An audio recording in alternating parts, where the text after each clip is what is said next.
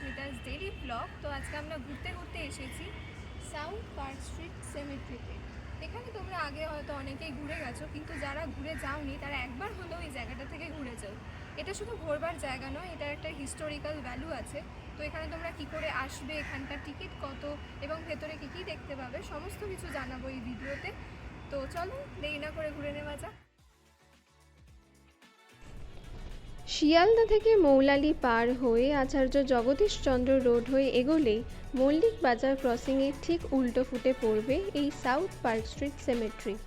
আর যারা মেট্রো করে আসবেন ভাবছেন তাদের জন্য নিয়ারেস্ট স্টেশন হলো পার্ক স্ট্রিট। সেমেট্রিতে প্রবেশের জন্য টিকিটের মূল্য মাথা পিছু মাত্র 20 টাকা, আর সাথে যদি ক্যামেরা থাকে তাহলে টিকিটের মূল্য হবে 50 টাকা। উৎসবের দিন ছাড়া সপ্তাহের প্রতিদিন সকাল 10টা থেকে বিকেল 5টা পর্যন্ত এই সেমেট্রি সকলের জন্য উন্মুক্ত থাকে। কবরস্থানের গেটের পাশে লাগানো মার্বেল ফলক অনুযায়ী এই কবরস্থান 1790 সালে বন্ধ হয়ে যায়, কিন্তু ভেতরের সমাধিগুলোর গায়ে লাগানো ফলকের থেকে জানা যায় যে তারপরেও বহু লোককে এখানে কবর দেওয়া হয়েছে। 1840 সালে লোয়ার সার্কুলার রোড সেমেট্রি তৈরি হওয়ার পর থেকেই এই কবরস্থানের ব্যবহার প্রায় বন্ধ। কবরস্থানটি এখন আর্কিওলজিক্যাল সার্ভে অফ ইন্ডিয়া দ্বারা সংরক্ষিত একটি হেরিটেজ সাইট। ইতিহাস ঘাঁটলে জানা যায় এদেশে ব্রিটিশরা পাকাপাকিভাবে বসবাস করার পর থেকেই তাদের সংখ্যা ধীরে ধীরে বাড়তে লাগে। বাকি সব কিছুর সাথে স্বাভাবিকভাবেই একটি কবরস্থান তৈরিরও দরকার হয়ে পড়ে। ফলে 1767 সালে কলকাতার লোয়ার সার্কুলার রোড, যা এখন আচার্য জগদীশচন্দ্র রোড নামে পরিচিত, তার ঠিক পশ্চিম দিকে একটি কবরস্থান তৈরি করা হয়, যার বর্তমান নাম এখন সাউথ পার্ক স্ট্রিট সেমেট্রি। এই কবরস্থানে প্রায় 1600টিরও অধিক সমাধি রয়েছে, যার মধ্যে থেকে উল্লেখযোগ্য হল হেনরি লুই ভিভিয়ান ডিরোজিওর সমাধি।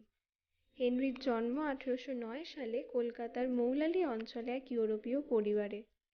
জন্মসূত্রে বাঙালি না হলেও বাঙালি সমাজ সংস্কৃতির সঙ্গে মনে প্রাণে জড়িয়েছিলেন তিনি।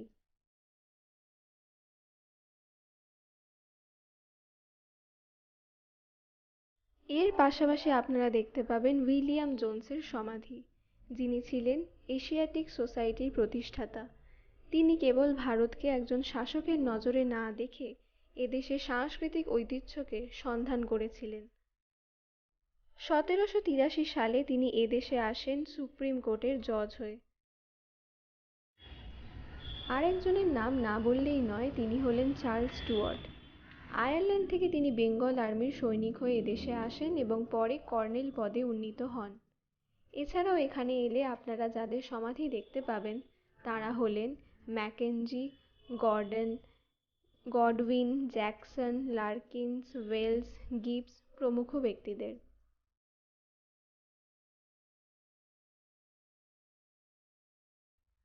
এখানে একটি পিরামিড আকৃতির কবর দেখতে পাওয়া যায়, যাকে অনেকেই ব্লিডিং টুম্ব বলে। তার কারণ বর্ষাকালে এখানে নাকি দেওয়ালের গা দিয়ে রক্তর মতন দেখতে কিছু নাকি চুইয়ে চুইয়ে পড়ে। এই কবরখানাটি এক ডেনিস পরিবারের। এই পরিবারের প্রত্যেক সদস্য নাকি একের পর এক মারা যায় কোনো অজানা কারণে। হয়তো সেই জন্যই এই কবরের সঙ্গে ভূতুড়ে গল্প জড়িয়ে পড়েছে।